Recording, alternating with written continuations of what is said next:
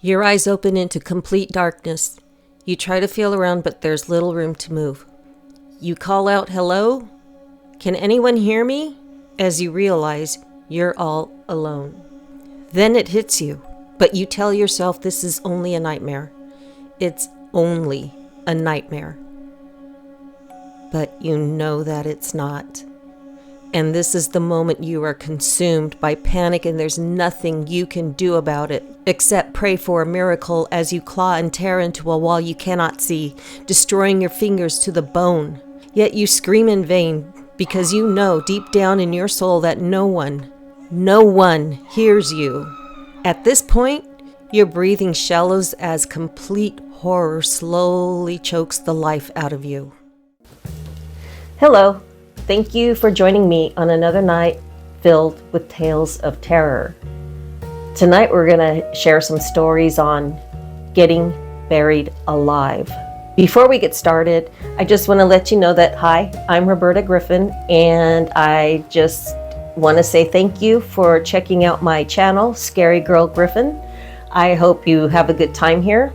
I also want to let you know that the stories you hear on my channel are either factual, fictional, or somewhere in between. But I will always let you know at the end of each video just what it is that you just listened to.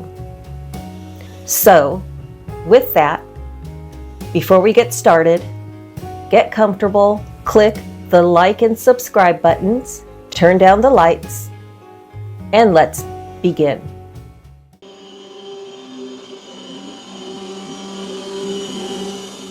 It was 1937 France when 19-year-old Angelo Hayes was involved in a crash while riding his motorcycle. The accident sent Angelo flying face first into a brick wall. When Angelo was found, his head was mangled and he had no pulse. His injuries were so gruesome everyone assumed the worst. When the doctors couldn't find a pulse, he was declared dead. The accident left Angelo horrifically disfigured, so the doctors refused to let his parents see him because of how upsetting it would be to them. Days later, Angelo was buried. In nearby Bordeaux, suspicion arose because Angelo's father had recently taken out a life insurance policy on him for 200,000 francs. An investigation quickly ensued, and 2 days later, Angelo's body was exhumed. All were very surprised to find that Angelo's body was still warm. He was still alive. In the aftermath of the accident, Angelo's body put itself into a deep coma. In this state, the body requires very little oxygen to survive. After being buried alive, Angelo made a full recovery. He later invented a security coffin that contained a small oven, refrigerator, and radio transmitter.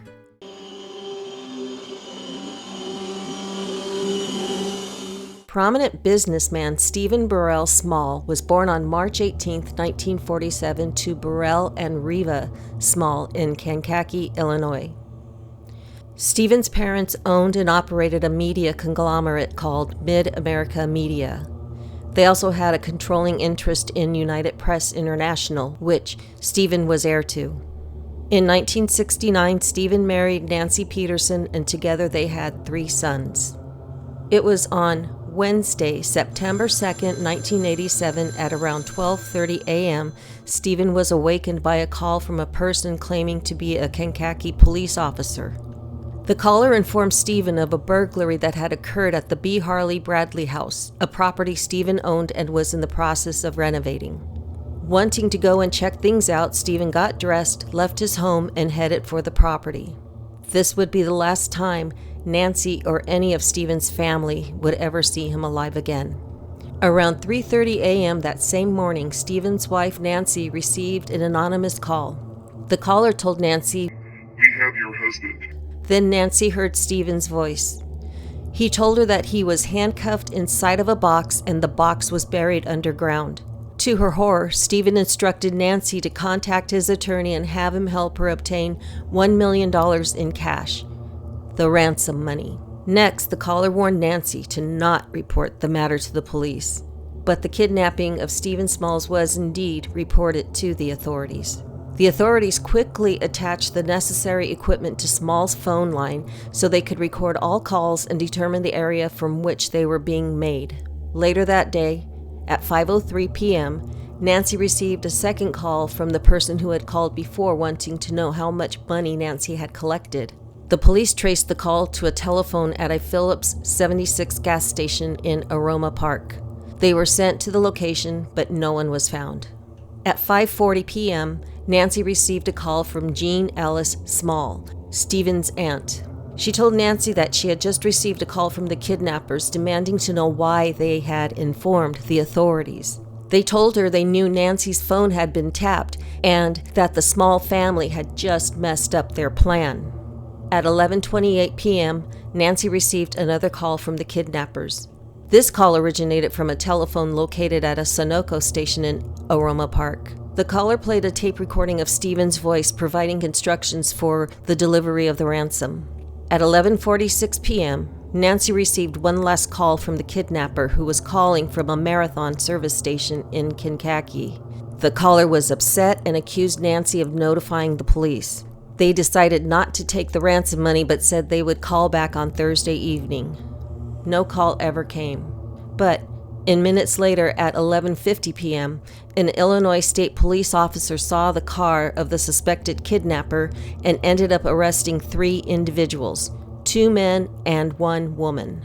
On Thursday, September 3rd, law enforcement was led to the site where Stephen Small was buried. The officers dug up the box that had a pipe extending from it to be used as a source of ventilation. Inside the box, they found Stephen's lifeless body, along with a light connected to a car battery, a gallon jug of water, candy, gum, and a flashlight. A medical examiner later determined that Stephen would not have survived more than 3 or 4 hours inside the enclosed buried box and likely died of asphyxiation caused by suffocation. It turned out that the pipe extending from the box into the open air was too long for its diameter to serve as an adequate air exchange system.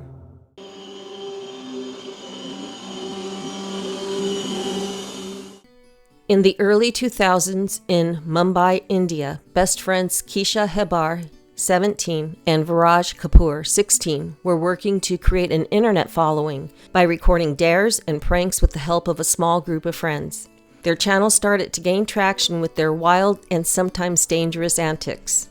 Then one day, one of their followers suggested they see how long they could survive being buried alive. They laughed it off at first, but more followers thought it would be a great idea, so they gave in to the pressure and took the challenge. So the planning began. They constructed a box large enough to fit both boys. They lined it with blankets for comfort. They set up a camera inside the box to record them while buried. They supplied themselves with water, snacks, and candy. They were wise enough to insert a PVC pipe into the top of the box to supply enough ventilation for the duration of their latest stunt. It had been a dry season overall, so they were unprepared for what was about to happen. It was an overcast and gloomy day, but everything was set. Keisha and Viraj climbed into the box, already semi-buried in the earth. The boys were thrilled as they watched the viewership of their live feed increase by the second. The top of the box was placed over them. The light was turned on inside the box, and the boys settled in, both nervous and excited as they talked to their audience about their actions and feelings. At first, as each shovel of dirt was heard dropping onto the top of their box, their nerves jolted a little. But as the drops of earth started to sound further away, they reassured their audience they were fine by calling out through the PVC pipe to make sure they could be heard. They heard their friends answer back, letting them know that, yes, they could hear them, so the waiting began. After 2 hours, Keisha and Viraj became sleepy. The live feed continued to record them as they both drifted to sleep. Then suddenly the box shifted, jolting Keisha and Viraj to wake. Drops of dirt fell into the box through the PVC pipe. The boys called out to find out what was happening. They were answered with a loud rumble and crashing sound that split the top of their box. Then panic ensued. The boys started to pound at the top of the box, yelling and begging to be freed as mud and sludge poured in from the PVC pipe. Their audience watched horrified as they lay inside their box, screaming and crying as it filled with mud. The boys begged their viewers to send help, while small rocks, dirt, and mud continued to fall into their box, which looked like it would soon become their grave. At one point, A rock the size of a tiny fist barreled through the pipe, hitting Keisha in the head, knocking him unconscious. Viraj went into a frenzy, digging and clawing at the top of the box. Then he heard the voices. Everyone watching heard the voices. Their friends were frantically digging them out of the small landslide that had taken place from the light rain that came as the boys were being buried. After what seemed to be a lifetime but was really 45 minutes of digging, Keisha and Viraj were saved from what would have been a slow and most certainly torturous death.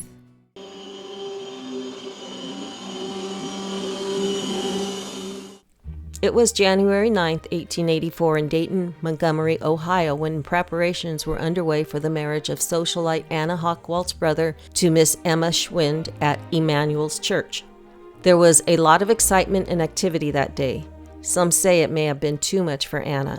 Overcome with excitement, it is said that after dressing for the nuptials, Anna had gone into the kitchen and taken a seat in a chair. Within moments, her mother walked in to find her unresponsive. A doctor was called, and after examining Anna, he determined that Anna died because she was of excitable temperament, nervous, and affected with sympathetic palpitation of the heart. The family decided they would carry on with the wedding even though it was marked with sadness and gloom. And the next day, they laid Anna to rest in Calvary Cemetery. After the service, many of Anna's friends couldn't shake the feelings of unease. There were several remarks about how natural Anna's ears and skin coloring were that of a living person. They went to Anna's parents and told them they feared that Anna may not have been dead when she was buried, and persisted until Anna's parents agreed to unearth Anna's coffin. What they found when opening Anna's coffin could only be described as a horrific sight. Anna's body had turned on its right side, and clumps of her hair had been torn from her head in handfuls. The skin of her fingers had been bitten to the bone, and Anna's coffin had deep scratches inside, showing a fruitless attempt at escape from being buried alive. Okay, so what'd you think of those stories? Did you figure out which story was a work of fiction? If you guessed Keisha and Viraj's story was made up, well, then you'd be right, because they are characters that I created while doing my research for getting buried alive, which is something that I pray I never have to experience, or any of you have to experience for that matter. So before we say goodnight, I just want to remind you to go ahead and check out my other videos for more scary entertainment. Click the like and subscribe buttons, leave me a message or a comment down below, and prepare for more tales of terror delivered to you weekly at 3 a.m. So until next time, stay safe and stay scary.